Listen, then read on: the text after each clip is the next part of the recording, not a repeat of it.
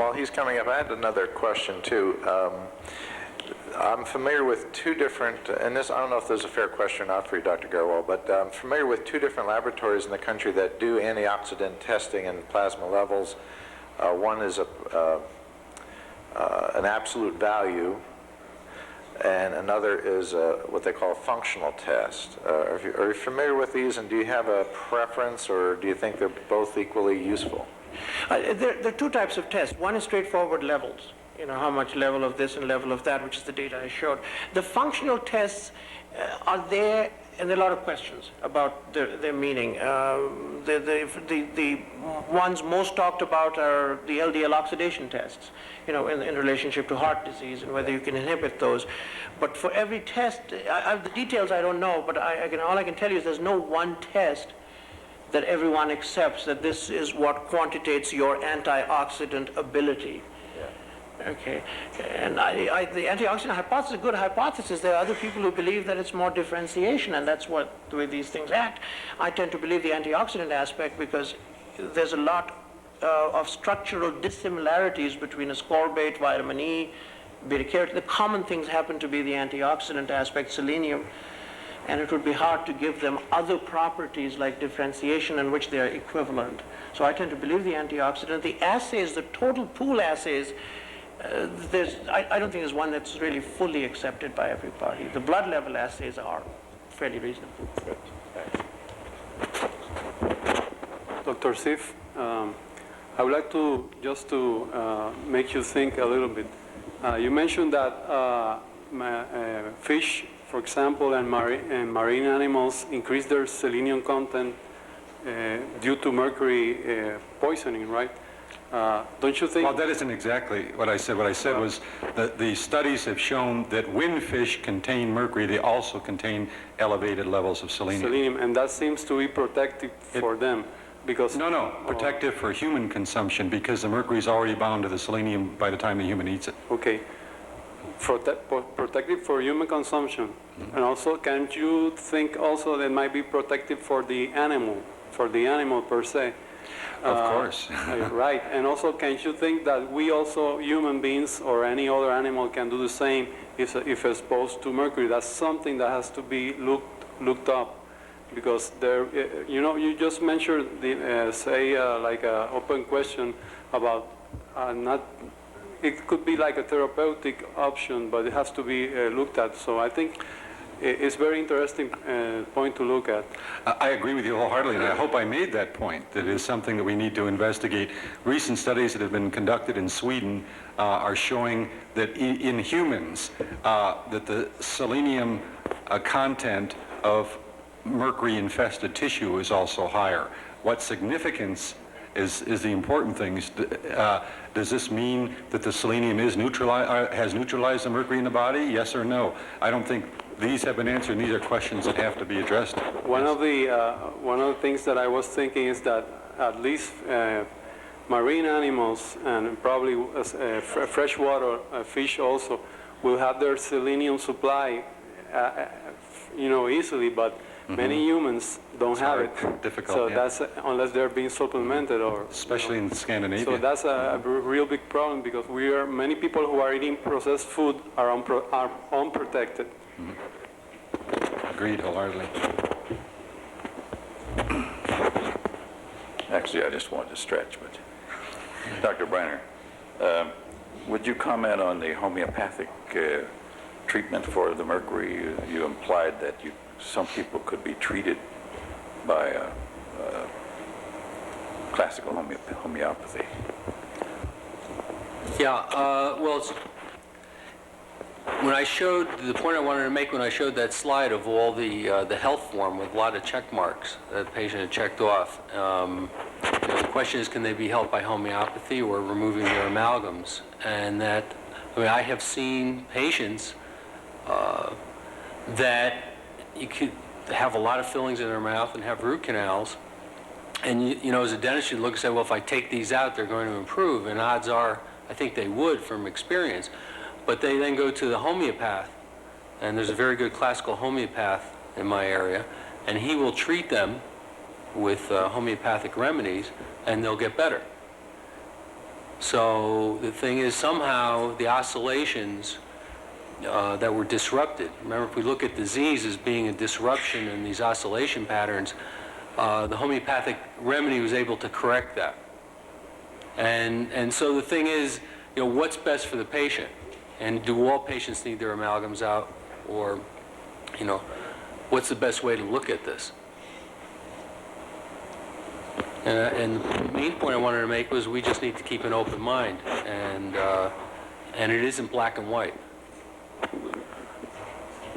Mike, over the years, many of us have used antioxidants in our practice for the people that we see, and the Academy has begun to work on some kind of a protocol, Standard of care.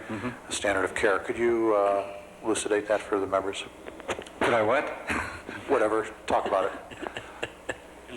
Elucidate, yes. Throw light, flip the switch, whatever. You only have one executive director.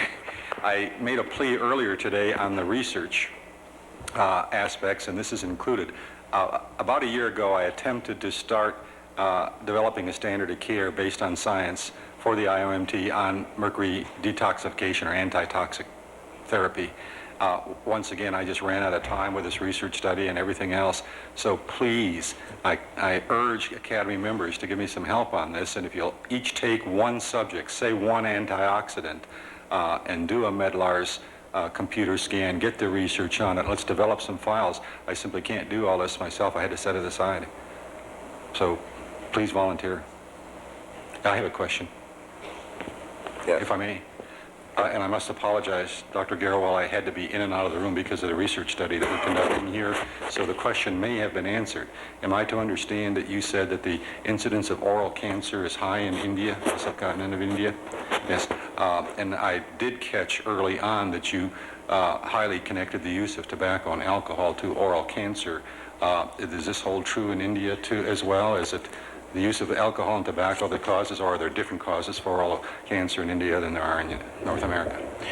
One of the major causes in South Asia and India is chewing, and that's the data seems to go this way, that they chew a mixture of things. It's got some lime in it, and there's betel quid, which has some carcinogens, and some parts will actually mix in tobacco with it.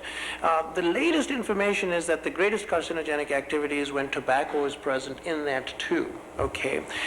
But these other chewing, these things that people chew are probably carcinogenic themselves. So that it's not smoking. There's a thing called, it's called reverse smoking. It's done in various parts of South Asia also, where they put the lighted end in the mouth. And that burns the top of the mouth, and you get this very thick looking verrucous, hard sort of lesion, and their cancers will develop in that area. Alcohol is probably less so. I mean, it does happen in those countries too, but it's not, it's mainly sort of home brew, and I don't know how much the quantitative aspects are, but most of it has been linked with chewing some product or the other, with tobacco being a significant component. Okay, so it's not smoking tobacco other than the reversed smoking issue. Dr. Briner, I was enthused about your comments on root canals and cavitations. Thank you. You commented, I believe, that you discovered cavitations in third molar areas in a couple of cases using Volt equipment and EAV equipment. Actually, behind the third molar areas. I'm sorry. Behind the third molar areas, in the retromolar areas. All right, I see. I guess I misunderstood a little. The other question I wanted to carry on with that was the fact that many men do not have this equipment and are using kinesiology methods. Did you also use those methods when you did that? No, I didn't. I'm not prone to doing that. I'm out of practice, so I do use kinesiology, and so far the ones that I've discovered this way have all proven to be so. And I thought you were talking about third molar areas, and I would like to report that my wife had 3 missing third molars and 1 impacted third molar. She had cavitations in all 4 areas. And the only explanation I could see was that this was because of possibly remnants of the tooth buds that were in those areas that that would- picked up infection. would make sense. I don't know the answer for that, but I think it's something that we all have to think about. Thank you anyway for your presentation. Thank you. That makes sense. That's...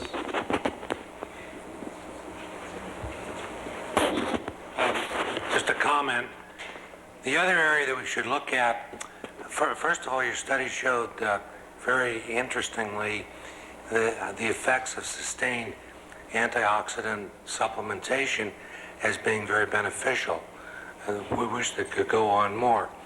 But it also points out the fact of the multiplicity of the etiological factors. And one we really cannot forget as dentists is that of the electrogalvanism caused by the dissimilar metals. We know for a fact that electrical galvanic caused leukoplakia kind of lesions develop 25% into cancers. And that'd be a very good place to start.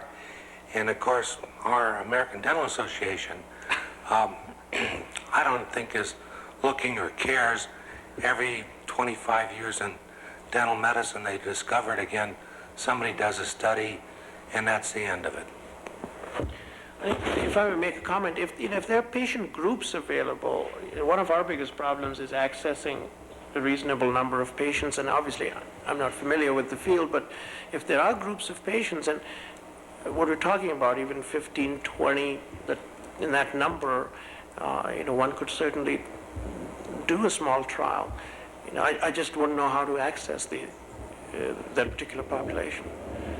May I comment on that as well? Along with the electrogalvanic effect, there's another factor that perhaps we're not looking at carefully enough, and that's the iontophoretic factor associated with the electrogalvanism, where the metal ions are being propelled into tissues ionophoretically.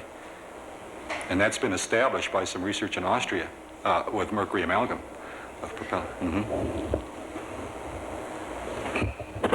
Are there any other questions? Okay, well, I'd like to again give a large round of applause for all of our speakers from this morning. Wonderful, wonderful morning. It's so nice to meet you. I've read your material. Lunch, I believe, is about ready.